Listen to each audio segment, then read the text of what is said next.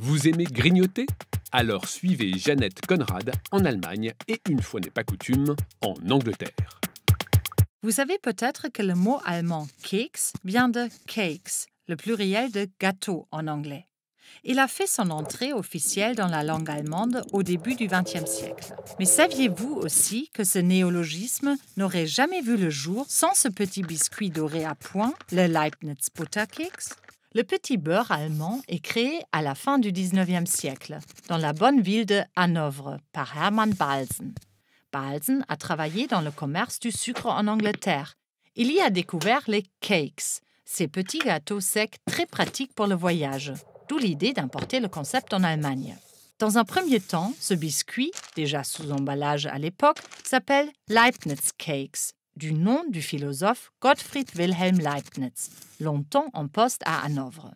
Un hommage, mais sans doute aussi un clin d'œil, Leibniz ayant suggéré dès le XVIIe siècle de remplacer le pain des soldats par un produit de longue conservation, la biscotte, cousine de notre Butterkeks.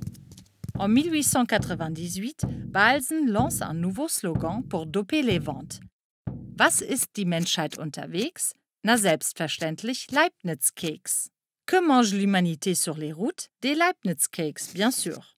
Comme les Allemands de l'époque ne parlent pas aussi bien l'anglais que ceux d'aujourd'hui, ils prononcent ce mot étrange à l'allemande, autrement dit Kakes.